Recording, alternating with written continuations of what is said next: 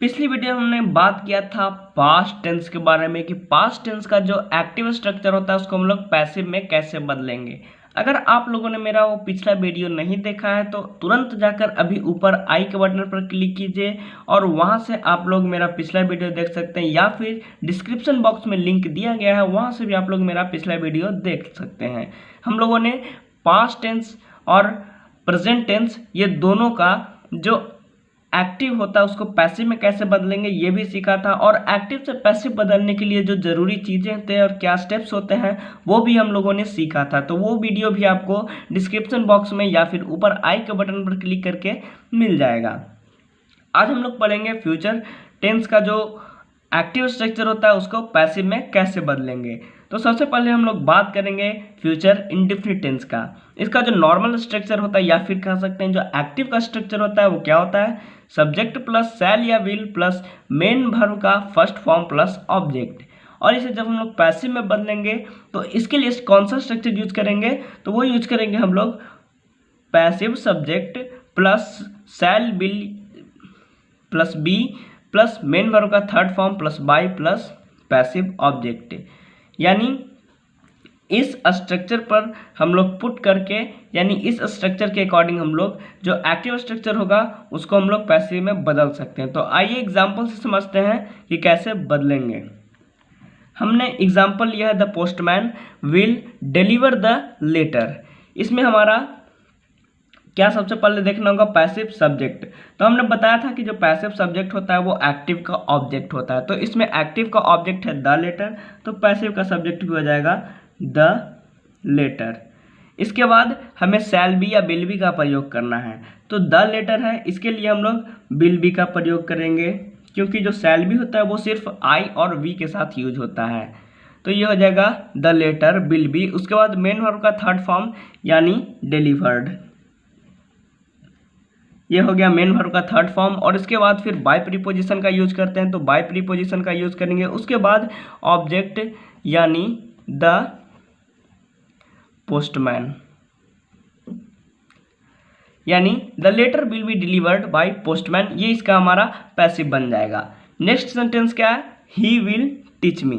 तो इसका हम लोग पैसिव कैसे बनाएंगे, तो उसके जैसा ही, जैसे कि इसमें है ही विल टीच मी, इसमें ऑब्जेक्ट जो है एक्टिव का जो ऑब्जेक्ट है वही हमारा पैसिव का सब्जेक्ट हो जाएगा। तो इसमें एक्टिव का ऑब्जेक्ट क्या है, मी। और हमने बताया था जो फर्स्ट क्लास है उसमें हमने क्या बताया था कि अगर कहीं पे ऑब्जेक्ट में मी हो तो और उसका हम लोग सब्जेक्ट लिखना चाहें तो सब्जेक्ट क्या लिखेंगे, अगर मी हो तो इसका सब्जेक्ट हम लोग बना देंगे आई। तो सबसे पहले हो जाएगा आई, और उसके बाद आई के साथ हम लोग शैल बी का प्रयोग करते हैं, तो इसके साथ शैल बी। उसके बाद क्या लिखेंगे, मेन वर्ब का थर्ड फॉर्म। मेन वर्ब इसमें है टीच और इसका थर्ड फॉर्म हो जाएगा टाउट, ये इसका मेन वर्ब हो जाएगा। और इसके बाद बाय प्रीपोजिशन का यूज करेंगे, तो यहाँ पर फिर लिखेंगे बाई। और इसके बाद हम लोग ऑब्जेक्ट जो पैसिव ऑब्जेक्ट है वो लिखेंगे। तो इसमें पैसिव ऑब्जेक्ट क्या लिखेंगे, जो एक्टिव का सब्जेक्ट होता है। एक्टिव का सब्जेक्ट है ही, और हमने बताया था कि जो एक्टिव का सब्जेक्ट ही होगा तो उसको पैसिव का जो ऑब्जेक्ट बनाएंगे, यानी अगर सब्जेक्ट में ही हो और ऑब्जेक्ट लिखना हो तो उसके लिए हम लोग हिम लिखेंगे। ये हमने फर्स्ट क्लास में बताया था। तो क्या हो जाएगा, I shall be taught by him. अब है निगेटिव सेंटेंसेस। ये जो निगेटिव सेंटेंसेस है अगर वो दे दिया जाए तो उसका पैसिव हम लोग कैसे बनाएंगे, तो इसमें भी ज़्यादा कुछ करना नहीं है। जो हमारा इसमें एक्सिलरी वर्ब है उसके बाद हमें नॉट का प्रयोग करना है। तो कैसे बनाएंगे देखते हैं। सबसे पहले हमें क्या लिखना है, पैसिव सब्जेक्ट। पैसिव सब्जेक्ट क्या हो जाएगा, जो हमारा एक्टिव है उसका ऑब्जेक्ट है वही हमारा पैसिव सब्जेक्ट, यानी यू इसका सब्जेक्ट हो गया। और यू के साथ हम लोग विल का प्रयोग करते हैं तो विल लिखेंगे। और हमने बताया था कि जो एक्सिलरी वर्ब होगा उसके जस्ट बाद हम लोग नॉट का प्रयोग करेंगे। अगर नेगेटिव सेंटेंस हो तो जो एक्सिलरी वर्ब होगा उसके बाद नॉट का प्रयोग करेंगे। तो यानी इसमें हमारा जो ये जो सेंटेंस है वो नेगेटिव सेंटेंस है, तो एक्सिलरी वर्ब इसमें हो गया विल और इसके बाद हम लोग नॉट का यूज़ करेंगे। उसके बाद फिर जैसा था वैसा बी का यूज करेंगे। और उसके बाद मेन वर्ब का थर्ड फॉर्म, तो मेन वर्ब इसमें कैच, तो इसका थर्ड फॉर्म हो जाएगा काउट।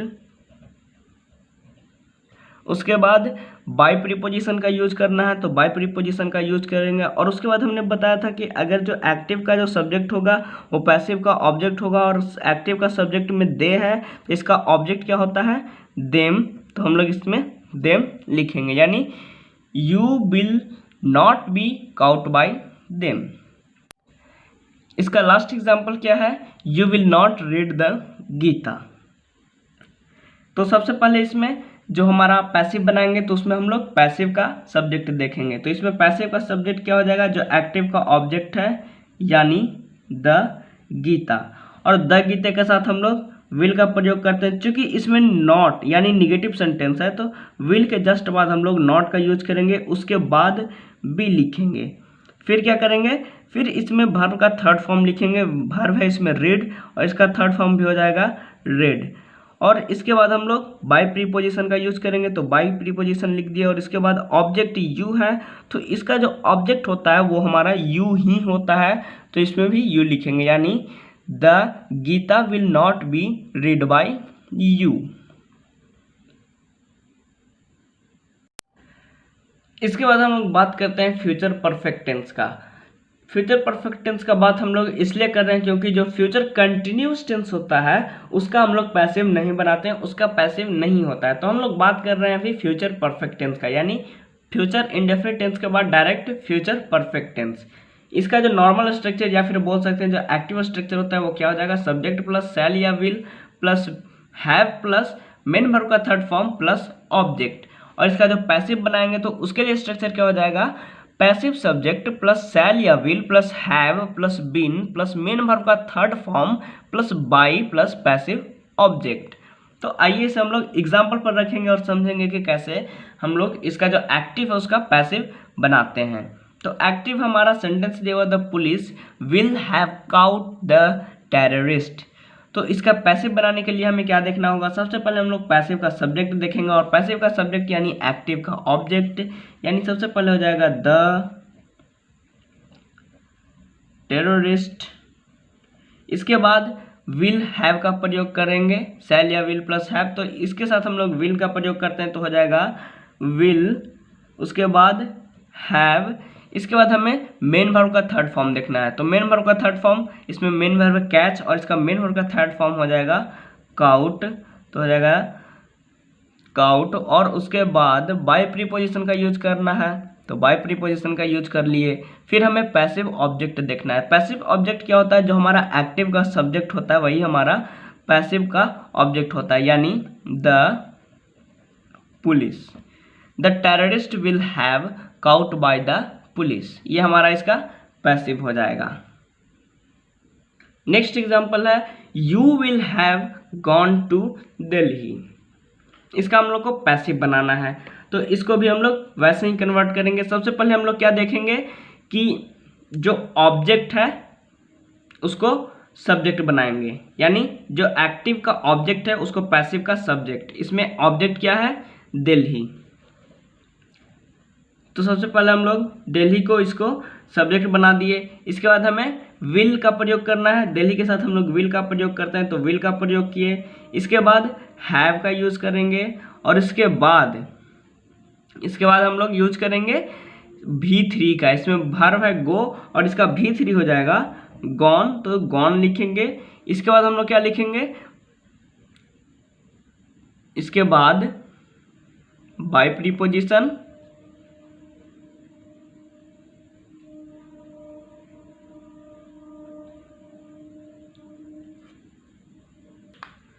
उसके बाद स्ट्रक्चर के अकॉर्डिंग हमें क्या लिखना है, उसके बाद हमें लिखना है पैसिव का ऑब्जेक्ट, यानी जो हमारा एक्टिव का सब्जेक्ट होगा वही पैसिव का ऑब्जेक्ट होगा। इसमें एक्टिव का सब्जेक्ट है यू और यू का पैसिव का ऑब्जेक्ट हो जाता है यू, यानी Delhi will have gone by you. Next हम लोग बात करते हैं निगेटिव सेंटेंसेस के लिए कि अगर हमें इसमें निगेटिव सेंटेंसेस दे दिए जाए तो उसको हम लोग कैसे बनाएंगे। तो इसमें ज़्यादा कुछ नहीं करना है, जो हमारा एक्सिलरी वर्ब होता है उसके जस्ट बाद हमें नॉट का यूज करना होगा। देखिए कैसे नॉट का यूज हम लोग करते हैं।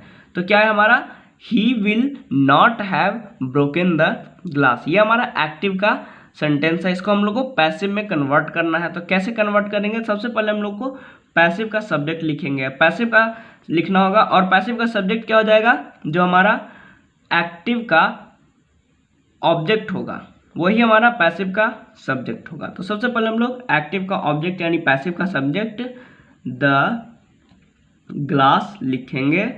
इसके बाद हमें क्या लिखना है, शैल या विल, तो इसके साथ हम लोग विल का प्रयोग करते हैं तो विल लिखेंगे। और चूंकि हमने अभी बताया कि इसके एक्सिलरी वर्ब के जस्ट बाद हमें नॉट का प्रयोग करना है, तो विल के बाद हम लोग नॉट का यूज़ करेंगे। इसके बाद हम लोग हैव लिखेंगे। इसके बाद जैसा कि हमारा स्ट्रक्चर था V3 इसमें लिखते हैं, तो इसमें V3 है क्या हो जाएगा, इसमें वर्ब है ब्रेक और इसका V3 हो जाएगा ब्रोकन, तो इसमें फिर ब्रोकन लिखेंगे। इसके बाद बाय प्रीपोजिशन का यूज़ करते हैं, तो बाय प्रीपोजिशन का यूज़ कर लेंगे और फिर इसका पैसिव का ऑब्जेक्ट जो हमारा एक्टिव का सब्जेक्ट होगा वो पैसिव का ऑब्जेक्ट होगा। और चूंकि हमने बताया था कि अगर एक्टिव के सब्जेक्ट में ही का यूज किया गया है तो पैसिव का ऑब्जेक्ट में हमें हिम लिखना होगा, यानी क्या हो जाएगा, the glass will not have broken by him. Last example देखते हैं। लास्ट एग्जाम्पल क्या है, I shall not have taught you. तो इसे हम लोग पैसिव में बदलते हैं। तो पैसिव में बदलने के लिए हमें सबसे पहले ध्यान देना होगा कि जो दिया हुआ है सेंटेंस उसमें हमारा एक्टिव का ऑब्जेक्ट क्या है। तो एक्टिव का ऑब्जेक्ट है हमारा यू, तो और इसके लिए हम लोग क्या यूज करेंगे, अगर यू हमारा ऑब्जेक्ट है तो यू इसका सब्जेक्ट भी होता है। तो जो पैसिव का ऑब्जेक्ट सब्जेक्ट होगा वो हमारा एक्टिव का ऑब्जेक्ट होना चाहिए, एक्टिव का ऑब्जेक्ट पैसिव का सब्जेक्ट। तो हम लोग यू लिख लिए।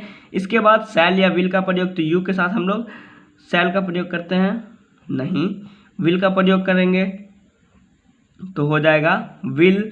उसके बाद हमने बताया कि विल जब लिखेंगे और अगर जो हमारा एक्टिव वो हमारा निगेटिव हो तो इसके लिए फिर हम लोग नॉट का यूज़ करते हैं, तो विल के जस्ट बाद हम लोग नॉट का यूज़ करेंगे। इसके बाद हैव लिखेंगे, फिर इसमें V3 वर्ब है, इसमें टीच और V3 हो जाएगा टाउट। और फिर इसके बाद बाय प्रीपोजिशन का यूज़ करना है, तो बाय प्रीपोजिशन का यूज़ कर लिए।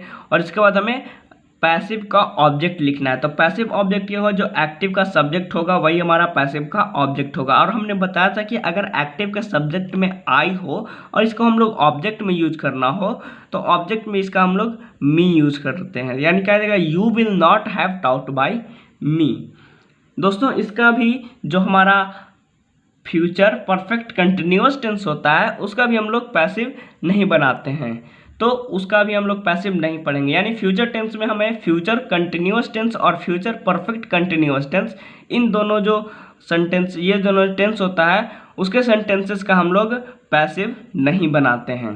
तो इन दोनों का पैसिव छोड़ के और बाकी इसमें यानी दो जो होता है यानी फ्यूचर इंडिफिनिट टेंस और फ्यूचर परफेक्ट टेंस, इन दोनों का हम लोगों ने पैसिव बनाना सीख लिया है। आई होप आपको ये वीडियो पसंद आई होगी। अगर पसंद आई तो इसे लाइक कीजिए और डिस्क्रिप्शन बॉक्स में जा कर के इससे पिछला वीडियो आप लोग देख सकते हैं, तो प्लीज़ डिस्क्रिप्शन बॉक्स विजिट कीजिए, वहाँ से पिछला वीडियो देखिए ताकि आप पिछला वीडियो भी जितना हमने पढ़ाया वो सीख सकें।